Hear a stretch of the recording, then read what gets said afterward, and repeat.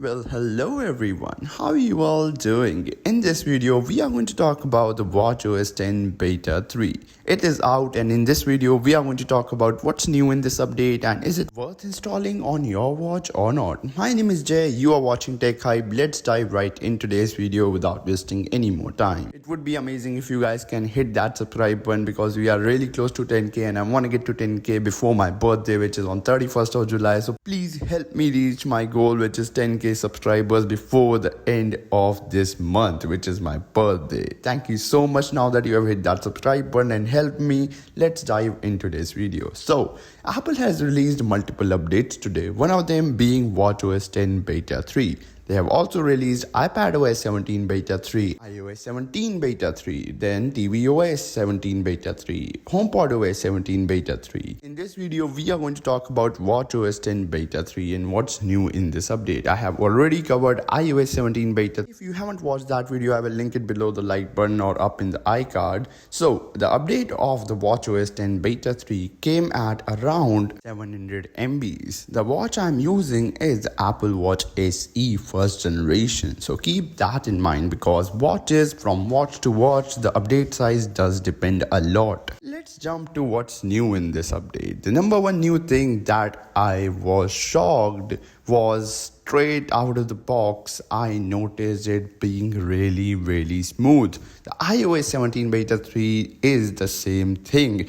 After installing the iOS 17 Beta 3, I noticed that it is really smooth, and only then I got to know that when I installed the Beta 3 of WatchOS 10, it is the same case with WatchOS 10 Beta 3. WatchOS 10 Beta 3 is really smooth. As soon as you will install this update, you will notice that it is for sure really smooth and much better than the Beta 2 in terms of performance. All in all, it's not been a long time for me to use this update and tell you the battery life for the few hours that I used my watch, only like 5 to 6 hours that I have used my watch, I have noticed that battery life seems to be pretty much the same as the Beta 2. Beta 2 already increased the battery screen on time and the battery life for me. Some people it did decrease. The Beta 2 was not good for some people. So if you were having bad battery life on the Beta 2, I think you will have better battery life on the Beta 3. I will talk more about the battery life on my follow-up video, which will be up in 2-3 days. So make sure to hit that subscribe button and turn on notification.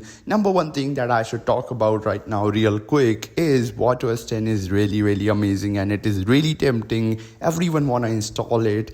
So should you install the Beta 3? The answer is, if you are already on the Beta 2, for sure you should install it, but you should wait for the public beta. The public beta of WatchOS 10 will be out really soon. So definitely it is worth waiting for the public beta. You should wait for the public beta. If you are already not enrolled on the WatchOS 10 developer beta, you should wait for the public beta and install that because it will be noticeably stable and better than the developer beta any day. Talking about changes, the animation when you load up the control center is now much smoother and it seems a little bit faster and a bit different as well. When you load up the control center, it used to come from the below and now it comes from the back of the watch face. Is it just me, or let me know down in comments below how the animation is changed, because I do think it is a bit tweaked than the last beta. On the Beta 2, I was having crashes on the weather widget. Whenever I used to load up weather widget, it either never loaded up for me, or when I clicked on it, it just crashed for me or gave me a respring. That is now resolved on the WatchOS 10 Beta 3. Then there is notification bug, which is new on this beta. Earlier, I was not having this issue, but I noticed after installing this update on my watch and being on the Beta 3 of iOS 17 on my device, there is this notification bug where it will show you the notification, but when you will go on the notification center, your notification will be vanished. This is a really weird bug, and after restarting my watch, it was fixed for me, but it is really irritating. Also, there is a noticeably 2-3 second of delay of notification on the Apple Watch, which was not present on the last beta. And Again, after restarting my watch, it did got fixed for me, but this issue still exists, and that is really irritating. Restarting your device will fix most of your issues for the temporary part, but it will come on your watch or on your device after some time, and you have to restart your watch again. That's why I told you to not install the WatchOS 10 beta, but you just did it because of the new funky features and the new redesign. I know you are one of those people who is now regretting after installing this beta because your watch does not even last 6 hours. Anyways, just putting the jokes aside, jumping on topic and the conclusion of this video, that is it worth installing this update on your watch? The answer is, if you are already on the beta 2, for sure go ahead and install this update, because for sure it is noticeably better than the beta 2 in terms of the performance, at least, because after you will install this update you will notice yourself the performance seems noticeably better. There are no new watch faces on the beta 3. I expected them to add some new watch faces or tweak some customization, give some customization option to us in the beta 3 if history was an indication, because last time on WatchOS 9 beta 3 we did got some new toggles to customize our watch face. There aren't any big or major features or changes on the WatchOS 10 beta 3 that I have spotted by now, but if I will update you guys on my Twitter at @TechHyped, or you can just DM me. I will let you know what's new in terms of big features or changes.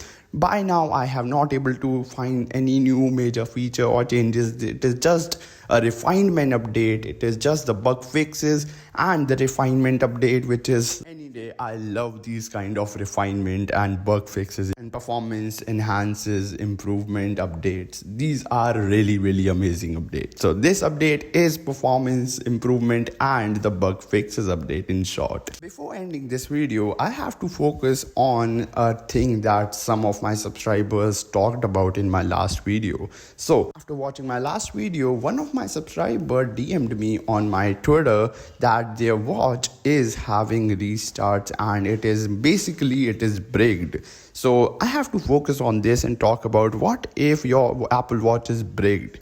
What I mean by that is your Apple Watch is just refusing to get restarted. It is just showing the Apple logo and just not getting restarted. This is a very normal issue because betas do tend to do this. Betas are really notorious to do these kind of things. That's why I always say to not install a beta on your primary watch. By chance, if you are in this situation, what you should do? You should just go ahead and talk to Apple support and let them know about this issue first of all, and then what you should do is you should visit an Apple store and get your Apple Watch fixed, because there is no way you can fix the watch yourself. This is really irritating. You can't downgrade, you can't do nothing with your watch, with your MacBook or your iPhone. Those can't do anything, those can't help. On the iPhone we can use Mac and downgrade our iPhone, but it is just not as easy on Apple Watch. Well, that's pretty much it for today's quick little episode. Thank you so much for watching this video till the end. This is me, Jay, aka TechHyped, and I am signing off. Thank you so much for watching this video till the end. I will catch you guys in the very next episode. Please hit that subscribe button because we are so close to 10k and I want to get to 10k before my birthday. So please hit that subscribe button. I will catch you guys in the very next episode. Peace out.